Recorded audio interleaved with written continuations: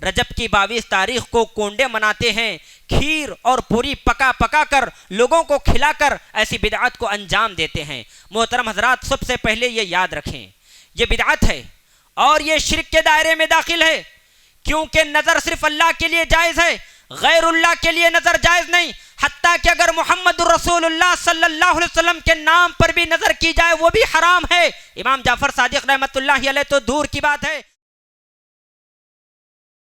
تمام قسم کی تعریفات وحدہ لا شریک خالق کائنات مالک ارض و سما کے لیے ہے، اور لاکھوں کروڑوں درود و سلام ہو اس ہستی اقدس و مقدس پر جن کا نام نامی اسم گرامی محمد الرسول اللہ صلی اللہ علیہ وسلم ہے۔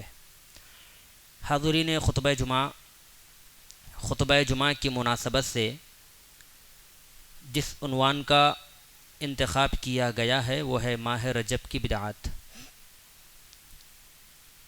قرآن مجید میں اللہ تعالیٰ نے فرمایا ان عدت الشہور عند اللہ 12 شہرا فی کتاب اللہ، بے شک مہینوں کی تعداد اللہ کے نزدیک اللہ تعالیٰ کی کتاب میں اس وقت سے جب اللہ تعالیٰ نے زمین و آسمان کو پیدا کیا 12 ہے۔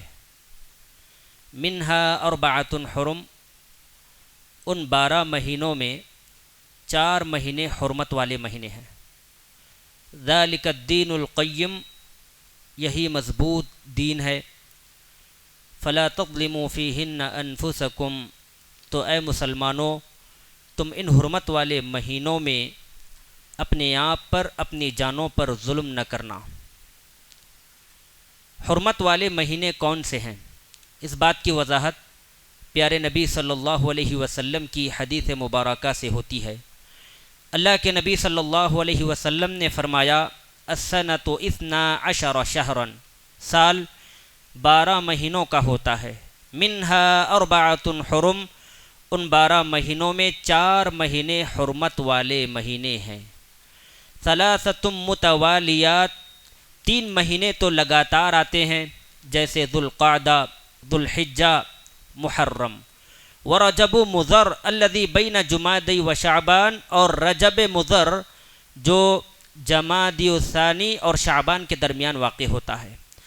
اس حدیث مبارکہ میں غور کیجئے، اللہ کے نبی صلی اللہ علیہ وسلم نے رجب کی نسبت قبیلہ مضر کی طرف کی ہے۔ فرمایا ورجب مضر، قبیلہ مضر کا مہینہ رجب۔ اللہ کے نبی صلی اللہ علیہ وسلم نے اس مہینے کی نسبت قبیلہ مضر کی طرف اس لیے کی کیونکہ دوسرے قبیلوں کی بنسبت اس قبیلے کے لوگ، قبیلہ مضر کے لوگ اس مہینے کی ماہ رجب کی تعظیم میں، تقریب میں انتہائی مبالغہ کیا کرتے تھے۔ اس لیے اللہ کے نبی صلی اللہ علیہ وسلم نے اس مہینے کی نسبت قبیلہ مضر کی طرف کر کے کہا وَرَجَبُ مضر، مضر کا قبیلہ، اس کا مہینہ رجب۔ فَلَا تَظْلِمُوا فِيهِنَّ أَنفُسَكُمْ، تو اے مسلمانوں تم ان حرمت والے مہینوں میں اپنے آپ پر ظلم نہ کرنا۔ ویسے ظلم تو سال کے 12 مہینے ممنوع ہے، ناجائز ہے، حرام ہے، مگر ان حرمت والے مہینوں کے تقدس اور احترام کی وجہ سے اللہ رب العالمین نے خصوصی طور پر امت مسلمہ کو ان حرمت والے مہینوں میں ظلم سے روک رہا ہے، منع فرما رہا ہے۔ اس ظلم سے مراد کیا ہے؟ اس ظلم سے مراد یہ ہے کہ اے مسلمانوں تم ان حرمت والے مہینوں میں اپنے آپ پر ظلم نہ کرنا، جنگ و جدال نہ کرنا، قتل و قتال نہ کرنا۔ جیسا کہ قرآن مجید میں اللہ تعالیٰ نے فرمایا یسألونک عن الشہر الحرام قتال فیہ قل قتال فیہ کبیر۔ اے نبی صلی اللہ علیہ وسلم، لوگ آپ کے پاس آ کر سوال کرتے ہیں ان حرمت والے مہینوں میں قتل و قتال، جنگ و جدال کے سلسلے میں، تو آپ کہہ دینا قل قتال فیہ کبیر، ان حرمت والے مہینوں میں جنگ و جدال کرنا، قتل و قتال کرنا یہ کبیرہ گناہ ہے۔ محترم حضرات، رجب یہ ترجیب سے ہے جس کے معنی تعظیم کرنے کے اور عزت کرنے کے ہیں۔ زمانے جاہلیت کے لوگ حرمت والے مہینوں کی انتہائی تکریم اور عزت کیا کرتے تھے، اور ماہ رجب کی تعظیم کے مناسبت سے جیسے ہی ماہ رجب آ جائے تو زمانہ جاہلیت کے لوگ اس حرمت والے مہینے کی مناسبت سے بتوں کے نام پر جانوروں کو ذبح کیا کرتے تھے اور اس کو عتیرہ کا نام دیا کرتے تھے. لیکن جب اسلام آیا تو اسلام نے حرمت والے مہینے کے تقدس کو احترام کو باقی رکھا اور ماہ رجب کی مناسبت سے جو رسم عتیرہ کے نام پر انجام دی جاتی تھی اسلام نے اس سے حرام قرار دیا, برخاست کر دیا. جیسا کہ ابو ہریرہ رضی اللہ تعالیٰ عنہ سے روایت ہے, وہ کہتے ہیں اللہ کے نبی صلی اللہ علیہ وسلم نے فرمایا لا فرع ولا عتیرہ, اسلام میں نہ کوئی فرع ہے نہ عتیرہ ہے. فرع کسے کہتے ہیں؟ فرع اونٹ کا, گائے کا, بکرے کا وہ پہلا بچہ جس کو بتوں کے نام پر ذبح کیا جاتا ہے. اور عتیرہ کہتے ہیں رجب کی مناسبت سے وہ جانور جن کو بتوں کے نام پر ذبح کیا جاتا تھا. تو اسلام آیا, اسلام نے ان حرمت والے مہینے کے تقدس کو تو برقرار رکھا, مگر رجب کے مہینے میں جو رسم عتیرہ ادا کی جاتی تھی اسلام نے اسے برخاست کر دیا, اسے حرام قرار دیا. محترم حضرات, آج دیکھا جاتا ہے امت مسلمہ کے مابین بہت سارے بدعات, خرافات اور محدثات انجام دیے جاتے ہیں. آج اگر دیکھا جائے تو مسلمانوں کے ایک طبقے میں ہر مہینے کی مناسبت سے ان کے ہاں بدعتیں, محدثات, خرافات پایا جاتا ہے. ماہ محرم کی بدعتیں الگ, ماہ سفر کی بدعتیں الگ, ماہ رمضان کی بدعتیں الگ, اور اسی طرح ماہ رجب کی بدعتیں ان کے پاس پائی جاتی ہیں. ماہ رجب کی بدعات میں سے ایک بدعت صلاۃ الرغائب ہے.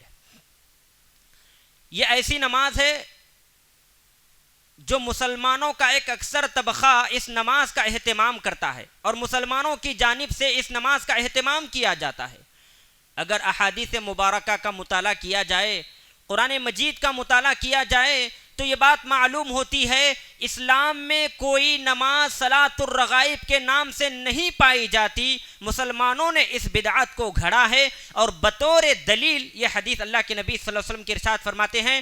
اللہ کے نبی صلی اللہ علیہ وسلم نے فرمایا رجب شہر اللہ و شعبان شہری و رمضان شہر امتی. اللہ کے نبی نے فرمایا لوگو, رجب اللہ کا مہینہ ہے, شعبان میرا مہینہ ہے اور رمضان یہ میری امت کا مہینہ ہے. اسی حدیث کے آگے اللہ کے نبی صلی اللہ علیہ وسلم نے فرمایا کہ جو انسان رجب کے پہلی جمعرات کے دن کا روزہ رکھے اور جمعے کی رات میں مغرب اور عشاء کے درمیان 12 رکعت نماز دو کر کے اس طرح ادا کرے کہ ہر رکعت میں سورۃ الفاتحہ کے بعد 3 مرتبہ سورۃ القدر یعنی انا انزلناہ فی لیلۃ القدر کی تلاوت کرے اور پھر 12 مرتبہ سورۃ الاخلاص یعنی قل هو اللہ احد ادا کرے, اور جب نماز سے فارغ ہو جائے تو مجھ پر یہ درود پڑھے اللہم صلی علی محمد النبی الامی وعلی آلہ, پھر اس کے بعد سجدے میں چلا جائے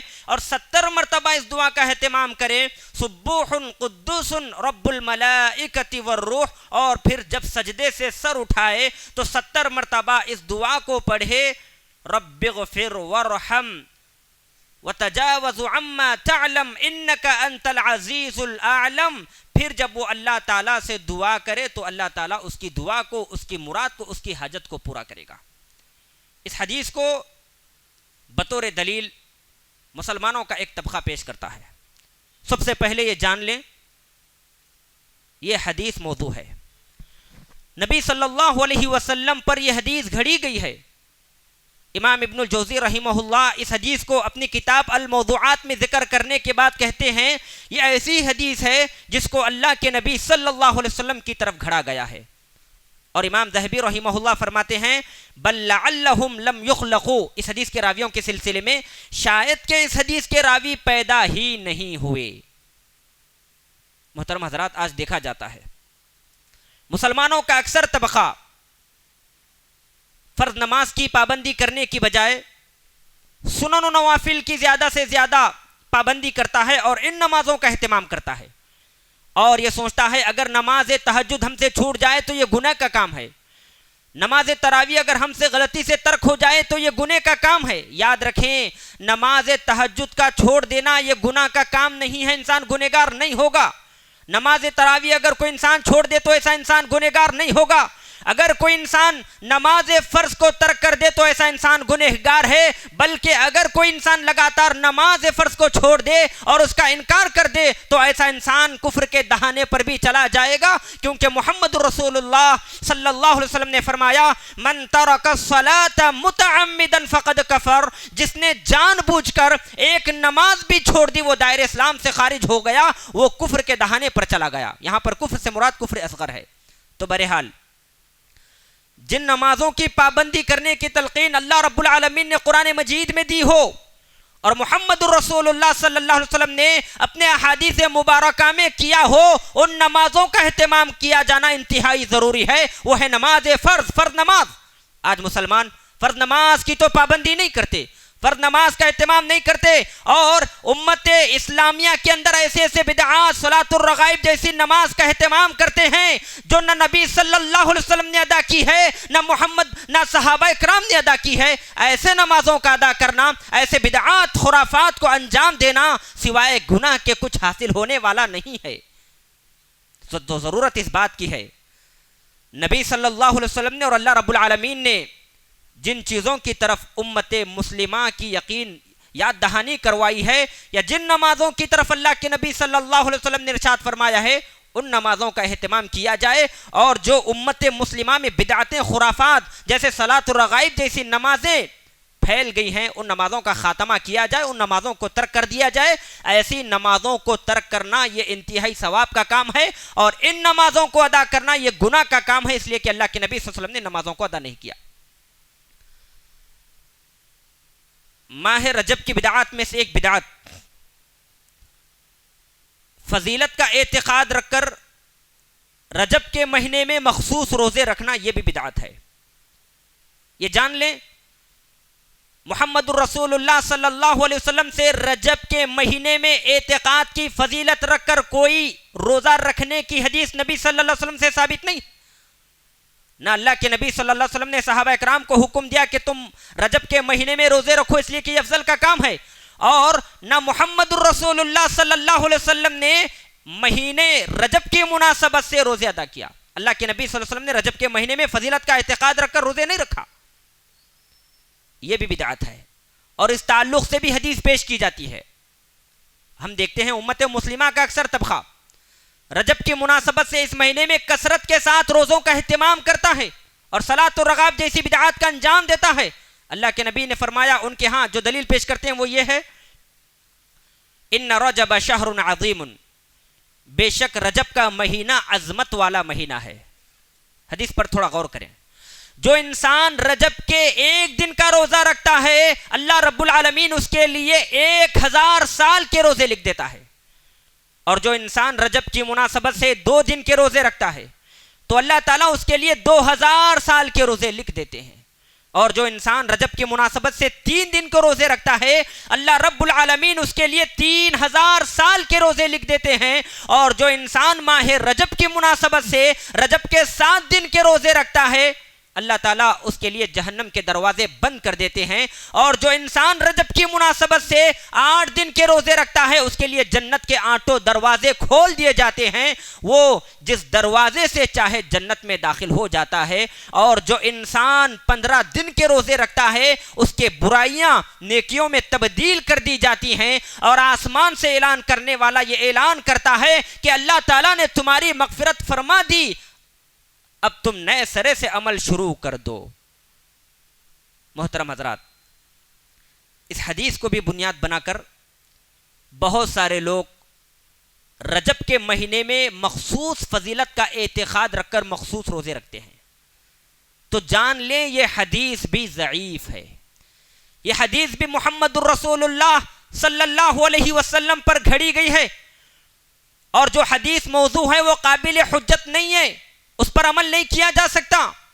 اسی طرح ایک اور حدیث بیان کی جاتی ہے. اللہ کے نبی نے فرمایا, من صام یوما من رجب وصلى فيه 4 ركعات يقرأ في اول ركعة 100 مرة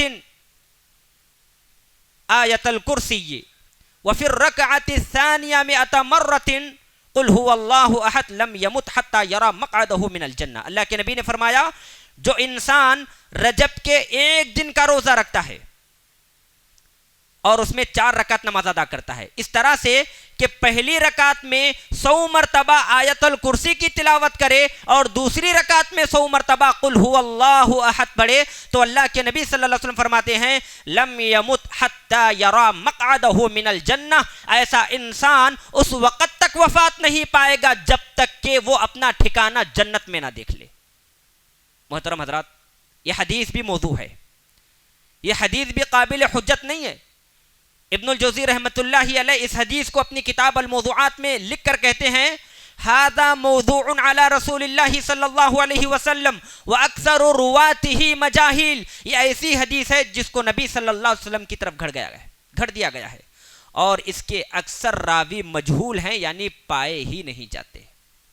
اسی طرح ایک اور حدیث روزوں کے سلسلے میں بیان کرتے ہیں، کہتے ہیں اللہ کے نبی صلی اللہ علیہ وسلم نے فرمایا جو انسان رجب کے 3 دن کے روزے رکھے اللہ تعالیٰ اس کے لیے پورے مہینے کے روزوں کا ثواب لکھ دیتا ہے، اور جو انسان 15 دن کے روزے رکھے اللہ رب العالمین اس کے لیے اپنی رضامندی لکھ دے گا، اور جس کے لیے اللہ تعالیٰ اپنی رضامندی لکھ دے اس کو اللہ تعالیٰ عذاب نہیں دے گا، اور جو انسان رجب کے پورے مہینے کے روزے رکھتا ہے تو اللہ رب العالمین ایسے انسان سے کل قیامت کے دن حساب آسان لے گا، اسے عذاب نہیں دے گا۔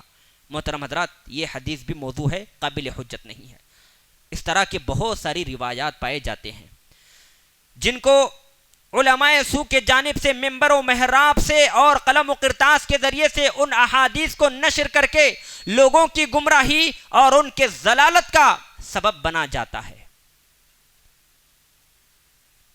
حالانکہ لوگ جانتے ہیں، یہ علماء جانتے ہیں ان حدیث کا لوگوں کے درمیان پھیلانا یہ گناہ کا کام ہے، لیکن پھر بھی اپنے مقاصد میں کامیابی حاصل کرنے کے لیے اپنے پیٹ اور جیب کی خاطر لوگوں میں ایسی احادیث کو منتشر کر کے لوگوں کی ضلالت کا سبب بن جاتے ہیں، جبکہ اللہ کے نبی صلی اللہ علیہ وسلم نے اپنی حدیث مبارکہ میں فرمایا من کذب علی متعمدا فلیتبوأ مقعدہ من النار، جو شخص مجھ پر جھوٹ باندھے، ایسی بات کہے جس بات کو میں نے نہ کہی ہو، تو ایسا انسان اپنا ٹھکانہ جہنم میں بنا لے۔ اسی طرح ایک حدیث میں اللہ کے نبی صلی اللہ علیہ وسلم نے فرمایا لا تکذبوا علی فإنہ من کذب علی فلیلج النار، لوگو تم مجھ پر جھوٹ نہ باندھنا، یاد رکھو جو مجھ پر جھوٹ باندھتا ہے ایسا انسان کل قیامت کے دن جہنم میں داخل ہو جائے گا۔ امام نووی رحمہ اللہ فرماتے ہیں محمد الرسول اللہ صلی اللہ علیہ وسلم پر جھوٹ گڑنا، جھوٹی بات نبی صلی اللہ علیہ وسلم کی طرف منسوب کرنا، یہ انتہائی خطرناک برائیوں میں سے ایک برائی ہے، کبیرہ گناہ ہے، اور امت مسلمہ کا یعنی امت مسلمہ کے کبار علماء کا اس بات پر اجماع ہے۔ یہی وجہ ہے اللہ کے نبی صلی اللہ علیہ وسلم نے اپنی جانب جھوٹی بات کو گھڑنے سے امت مسلمہ کے لوگوں کو سختی سے منع کیا ہے۔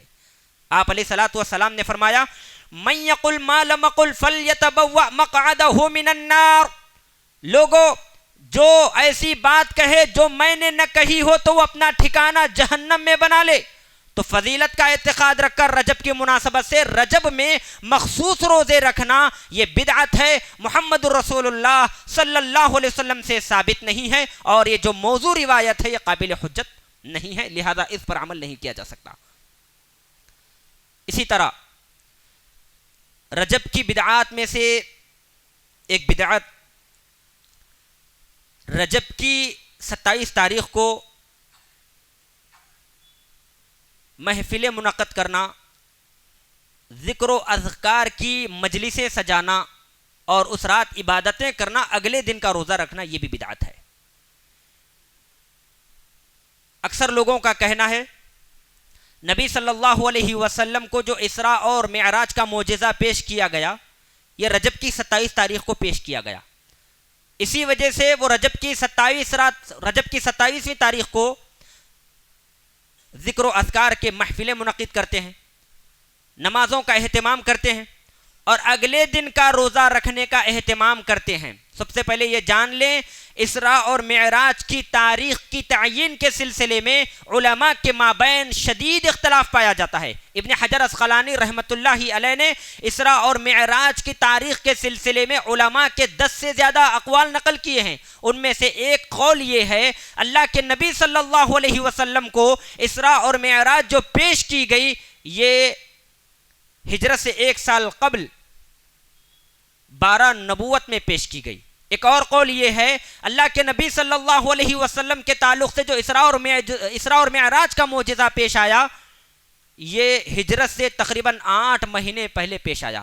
ایک اور قول یہ ہے اسراء اور معراج کا واقعہ ہجرت سے 6 ماہ قبل پیش آیا۔ ایک اور قول یہ ہے ہجرت سے قبل 11 مہینے قبل اسراء اور معراج کا واقعہ پیش آیا۔ بہرحال اگر تمام دلائل کا تجزیہ کیا جائے تو اقرب الی الصواب یہ بات معلوم ہوتی ہے اللہ کے نبی صلی اللہ علیہ وسلم کو اسراء اور معراج کا جو واقعہ دیا گیا، جو معجزہ دیا گیا، وہ ہجرت سے 1 سال قبل یہ معجزہ عطا کیا گیا، ولو بالفرض۔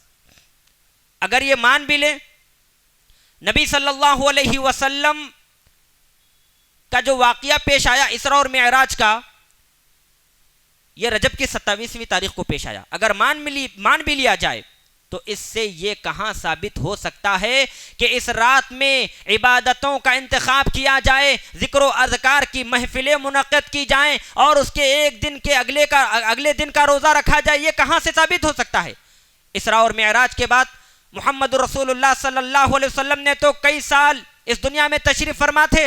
محمد الرسول اللہ صلی اللہ علیہ وسلم نے اپنی زندگی میں اسراء اور معراج کی کبھی بھی خوشی نہیں منائی، اور نہ آپ صلی اللہ علیہ وسلم نے اسراء اور معراج کی مناسبت سے نہ روزے رکھے، اور نہ آپ صلی اللہ علیہ وسلم نے اس رات عبادتوں کا انعقاد کیا، نہ ذکر و اذکار کی محفلیں منعقد کی۔ جب نبی صلی اللہ علیہ وسلم سے یہ ثابت نہیں ہے تو ہم کون ہوتے ہیں جو محمد رسول اللہ صلی اللہ علیہ وسلم کے شریعت میں دین کے نام پر جو محمد نے نہ بتایا ہو اس بات کا ہم اہتمام کریں؟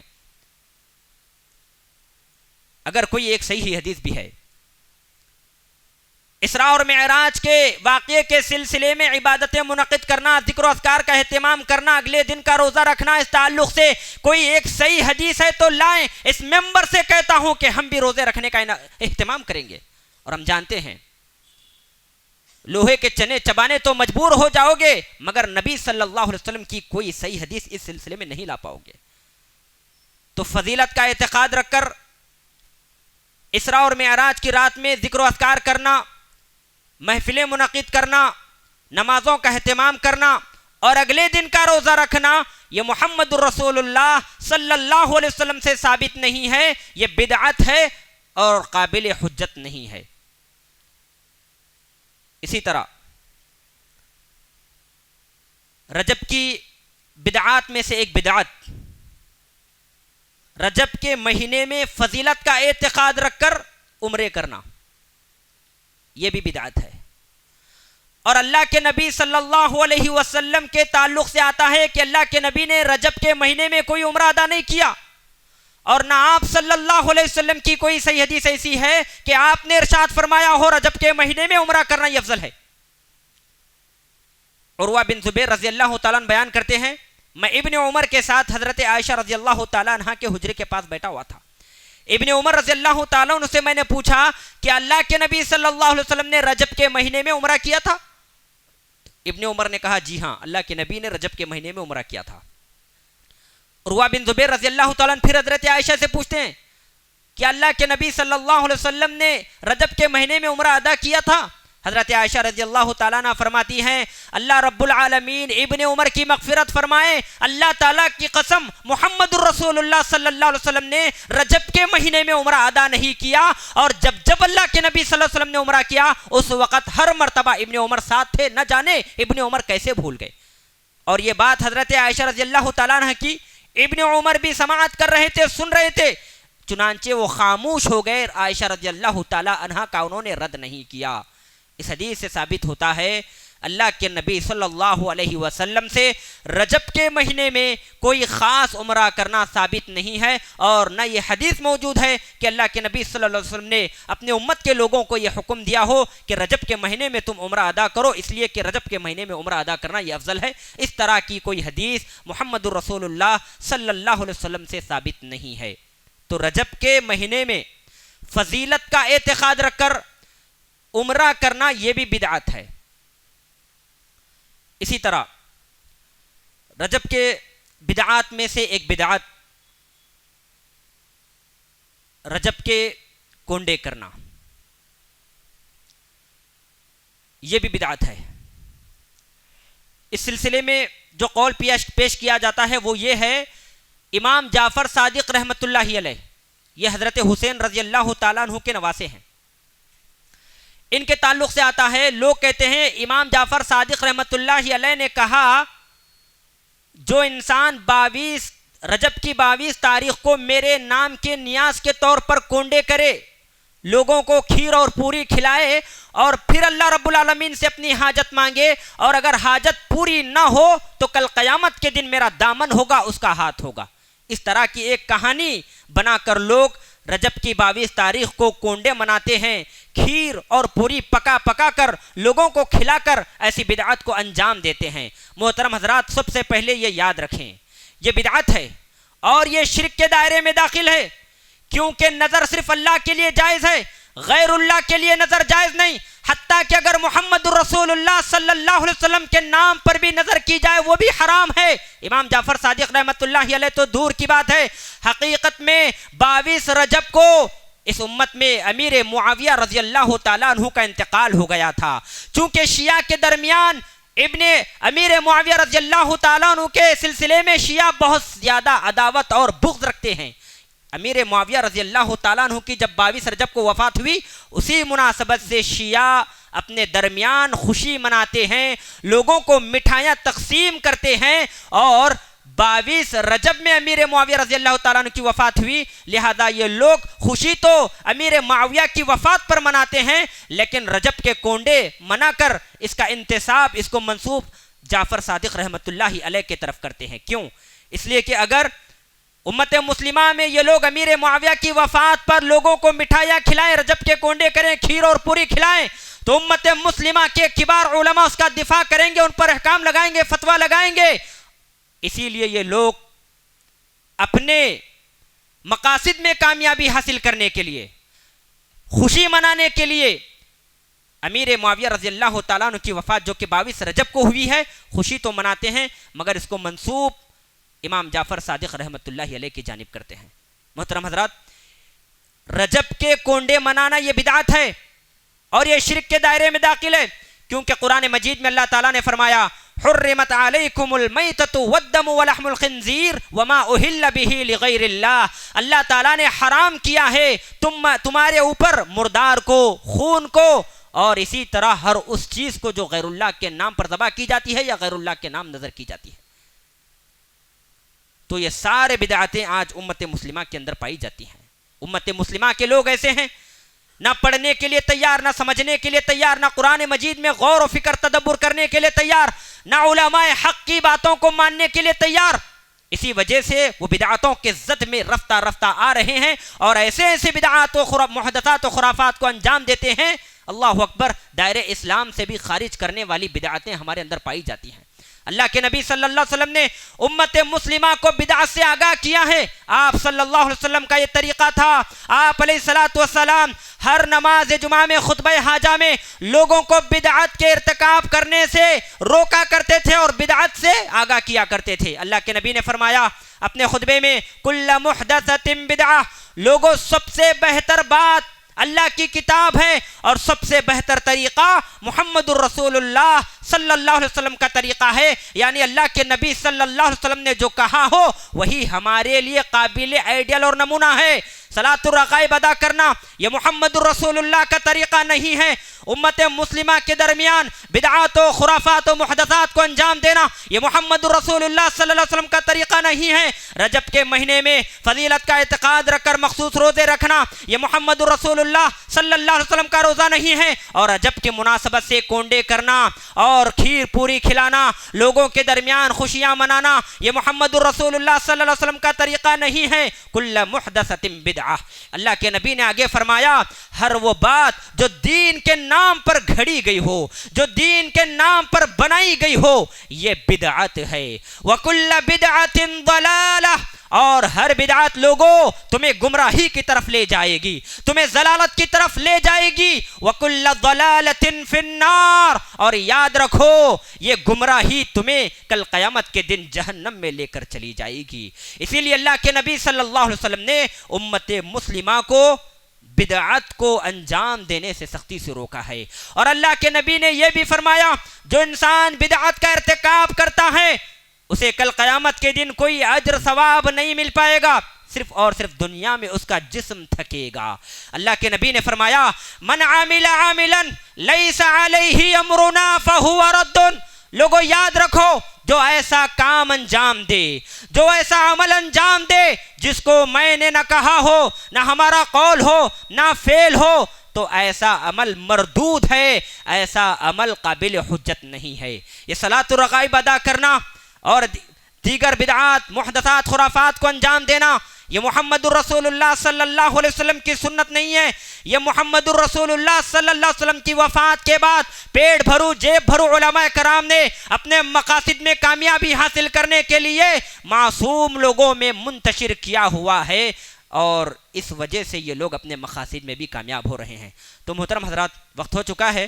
ماہ رجب کی مناسبت سے یہ چند باتیں تھیں. اللہ رب العالمین سے دعا ہے اللہ تعالی ہم تمام کو صحیح معنوں میں محمد الرسول اللہ صلی اللہ علیہ وسلم کے طریقے پر چلنے کی توفیق عطا فرما. آمین. وآخر دعوانا ان الحمد للہ رب العالمین.